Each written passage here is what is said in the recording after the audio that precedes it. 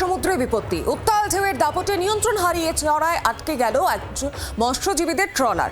তবে স্থানীয় মৎস্যজীবী এবং প্রশাসনের তৎপরতায় রক্ষা পেলেন 7 জন মৎস্যজীবী। সেই ছবি দেখাই আপনাদের। একদিকে সমুদ্রে যেতে নিষেধাজ্ঞা জারি করা হয়েছে আবহাওয়া দপ্তরের তরফ থেকে, আর এই উত্তাল সমুদ্রের মধ্যে চরে আটকে পড়ল মৎস্যজীবীদের একটি ট্রলার।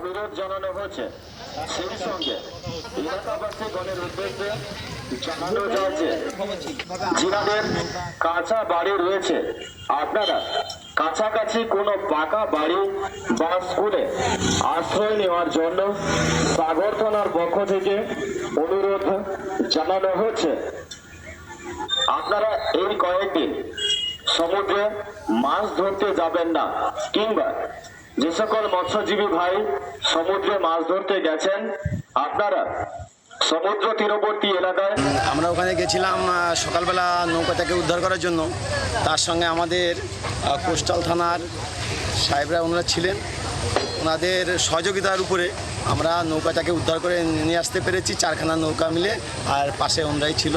এই নৌকাটা গতকাল জাল মারতে গিয়ে সমুদ্রে ওই চড়াই যার নৌকো ঠেকে গেছিল, আমরা উদ্ধার করে নিয়ে আসলাম। আমাদের 3-4টে বোট গেছিল, আমরা উদ্ধার করে নিয়ে আসলাম। সমস্ত মৎস্যজীবীকে কি উদ্ধার করা সম্ভব হয়েছে না হয়নি? হ্যাঁ, সবাইকে উদ্ধার করে নিয়ে এসেছি, কারো কোনো অসুবিধা হয়নি। বাংলার আওয়াজ, বাঙালির আবেগ, জি 24 ঘন্টা।